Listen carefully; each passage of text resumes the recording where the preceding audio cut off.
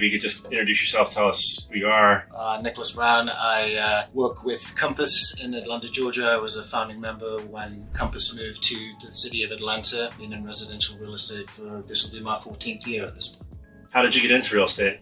It's an interesting story. I will give the accolades to my wife. Actually, just from a position of adversity. So back in 2008, I was in business with a bunch of friends, and we did private second home communities from West Virginia to South Georgia. And unfortunately, that business went away overnight when Lehman Brothers crashed. We survived, heavy on payroll. We survived for a few months, then found myself as an immigrant, gainfully unemployed.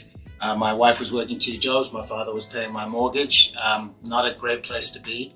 And my wife said, why don't you get your residential real estate license? I said, I don't think that's such a good idea. Have you seen what's happening in the residential world at this moment? So finally I said, you know what, let's do this. We went to school. Where are you from originally? England, Newcastle upon Tyne. How long have you been in the US? 18 years. Got it. So 4 years after coming here, you jumped in. Yes. Yeah. Awesome. Most agents don't make it. I think 20% in a good market turn out every year. It's way less than that. It's going to be a lot more than that now with the market being what it is. As I understand it, if of the 100% of the people that are in your class in Atlanta, only 5% go on to actually get their license. And of that 5%, 95% fail in the first year or That's second year. insane. It's really low. How did I survive? Don't want to be cliche with this, but my back was against the wall. I didn't have any other option. I needed income. I needed to take care of my family. I needed to stop my father paying my mortgage. And so, it was slowly but surely as I got into the business, I just worked ridiculous amounts of hours. I was working 7 days a week. I was doing every activity one could do to try and generate business,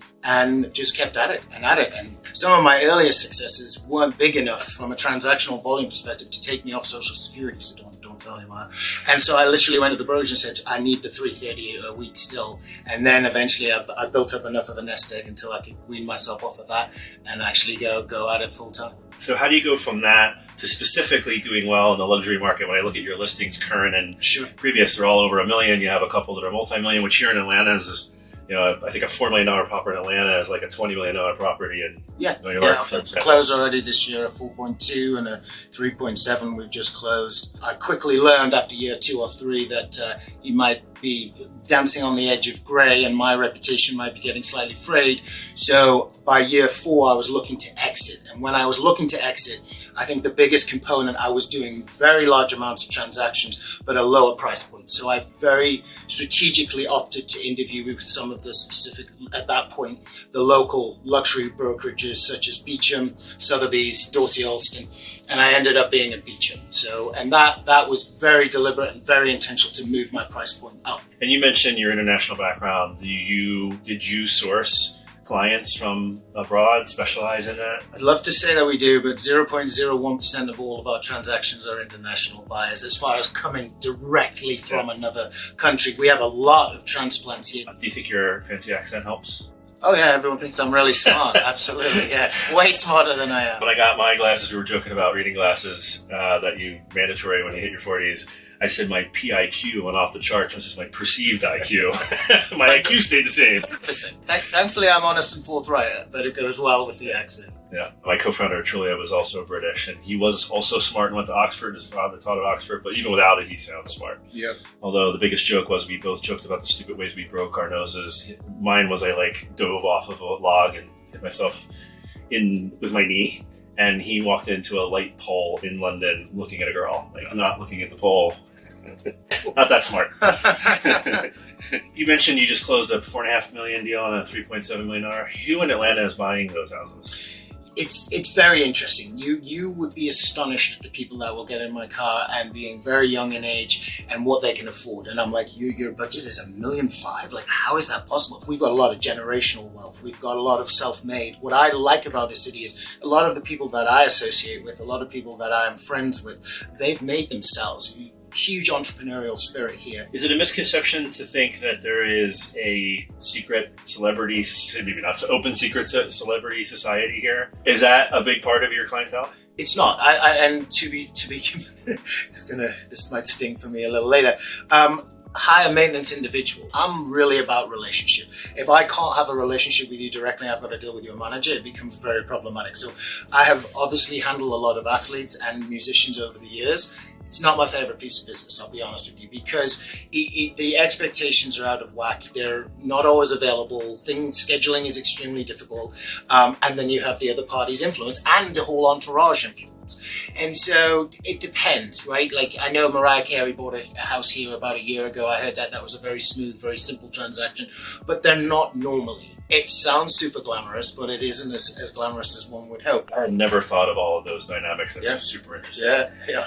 In fact, I think the biggest attribute to my success in this business was that I didn't come from a sales background. Coming from that service aspect of it, I think I was also very quick to understand that, I watched the individual I said that I was on the team with. I watched him bully and cajole and want to beat all these agents. And I sat back one day and I looked and I said, how can you be successful for your buying clientele if yesterday you were at loggerheads with that agent and now you want to be the competitive bidder? You've got to get along with your peers, whether they're your competitor or not. You have to get along with them just as well as you do with your own clients. And so I think for me, it was establishing a good track record, a good reputation with my peers where they would want to pick me, they would want to call, because then I become an advantageous attribute to my clients when in competitive scenarios. So that's how I think I've managed to define my success in the luxury market. But I think it's also important to note, you have to be able to position yourself to hang out with people who can afford those price points. Yeah. So I've never been a social ladder climber. I will never be one, and there are people that do that.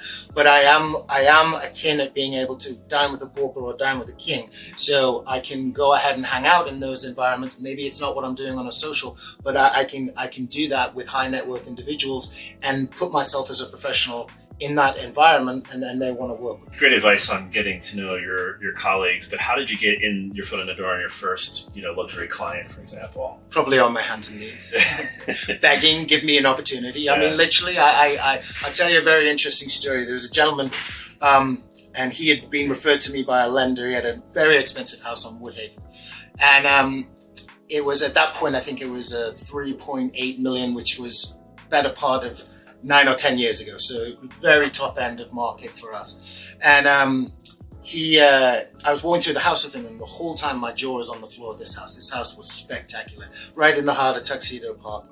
And at the very end of the tour, he sits down with me, and the first thing he says to me is, he says, "By the way, I don't know who you are, and I will not be giving you my listing, but I'm very happy if you would like to be able to bring me a buyer." Well, I did. Interesting. And we didn't negotiate it out. So I had another client right at the same time. I was having tea at the St. Regis with them.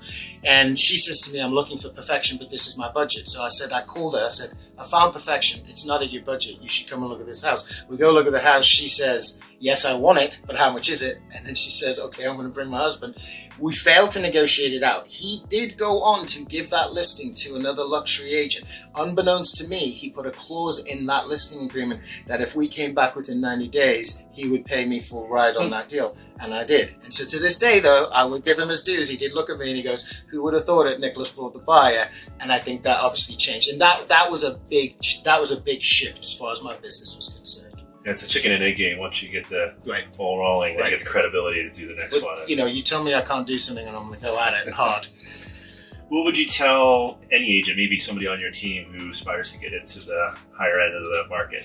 Well, I do a lot of one-on-ones with my team, and look, for me in the beginning of this business, you have to do a little of everything, right? Because you're not going to understand what you're best at. It could be commercial, it could be luxury, it could be investors.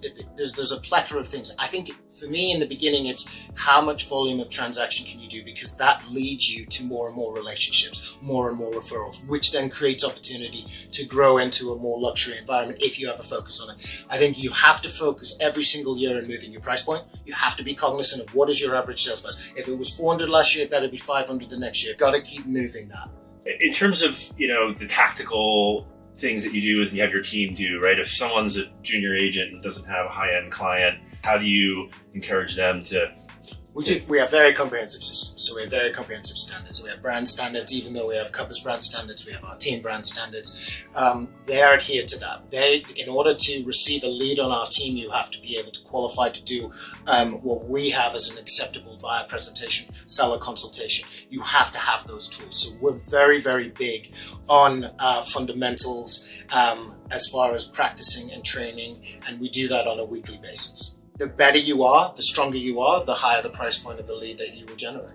How do you encourage your team, or don't you, to balance life and work? Because you can, as an agent, work 24 hours a day. No. To be absolutely candid with you, my work-life balance had been out of sync until about 2 years ago.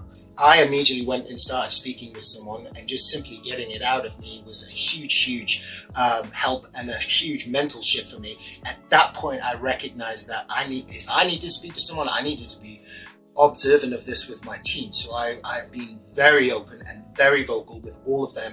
I mean, the last couple of years, yes, has people made money? For sure. But you're writing 15 contracts in a weekend and losing 14 of those contracts.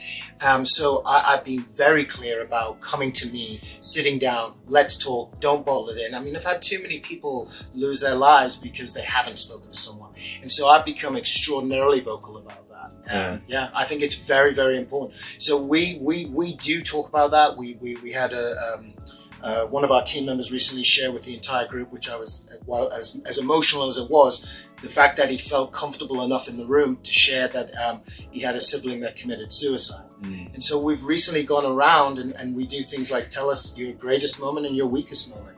And because I want strength within the unit. It has become really important to me to understand that my son and my wife are number one, business comes number two, and then very, very closely thereafter are my people and my team and their success. I think part of my legacy in this business will be, can I make those individuals successful? And can I look back and say, I helped him get where he needed to go? As a team, do you subscribe to any methodology in terms of like how to sell, relationship-based selling, ninja selling, any of those, when you're in your own training with your team? So what I do with our team is I recently, this is a recent change as well, is one of the team members will host the weekly meeting.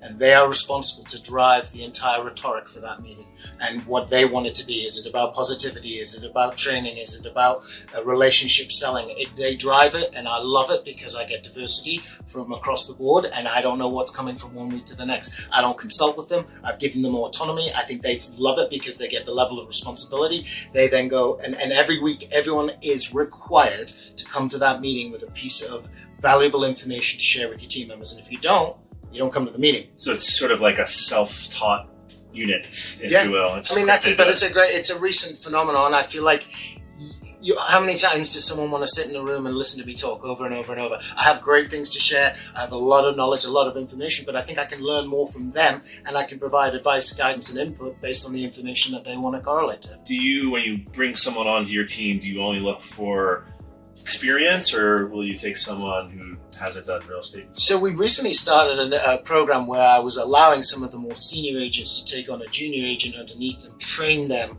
and bring them into the fold, and they would be financially rewarded based on the success of that agent. But it just, unfortunately, finding the right individuals at this moment in time. Let's just be honest, the generations that get into real estate at this moment in time, they get in because they think they can have a flexible schedule and make loads of money. And it's not reality, right? You've got to be a grinder. It's the only thing I can't give them is work ethic. Yeah. So now I'm boiling it down. I'm actually not adding as many members. We're boiling it down to concentrate on those that we have in order to make them more successful, do the same amount of volume, but with less people. And maybe leverage them with assistants or whatever else. You talk a lot about establishing relationships and going deeper. How do you, on a daily basis, maintain your relationships when a client that you worked with 2 years ago isn't necessarily in the market? Well, so one of the first things we do on any consultation is we're taking their anniversary, we're taking their birthdays, we're following up on that. If we help someone buy or sell a house, we're sending them notes at 1 month, 3 month, and 12 month, and then we're calling them every single year to wish them a happy holidays in their new home. Hopefully they'll make great memories. So lots of heavy touches while they're active. While they're inactive, I think we touch our people once a month as far as a newsletter, but we're pivoting on our newsletter. I think everyone just wants to scream, I'm in real estate, and the message just gets very lost. Yeah. So we're reformatting everything, and just now we're putting together things about the city and restaurant openings and festivals, things that people want to know about. And then if they happen to know it came from me, they happen to know it came from me. I already have the relationship. I feel confident in those relationships. But I think, honestly, we will call them once a quarter, and we will stay in touch. And a lot of these people are friends. If I don't like you, I'm not going to keep you in my world, business or not. Yeah. And I tend to get along with a lot of my people, and so I forge those relationships, and that seems to work for me.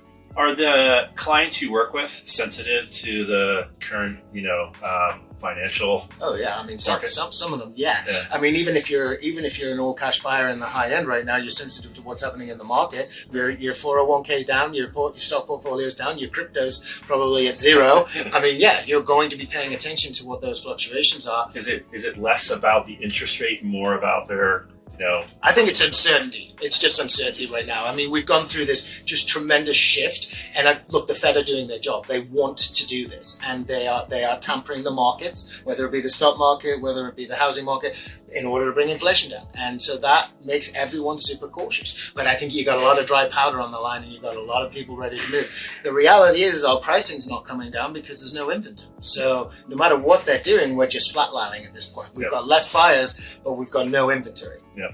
We do this buyer seller index, and everything that we see in every market we do it every month says, it just talks about whether it's a buyer's market or seller's market. Regardless, we sort of bottomed out in most markets, and we're going sideways, and a lot of markets are going to go back up. Right. Not like they did the last 2 years, maybe 3%, 4%. Yep. But Atlanta's one of those markets that's held up really well. Yeah.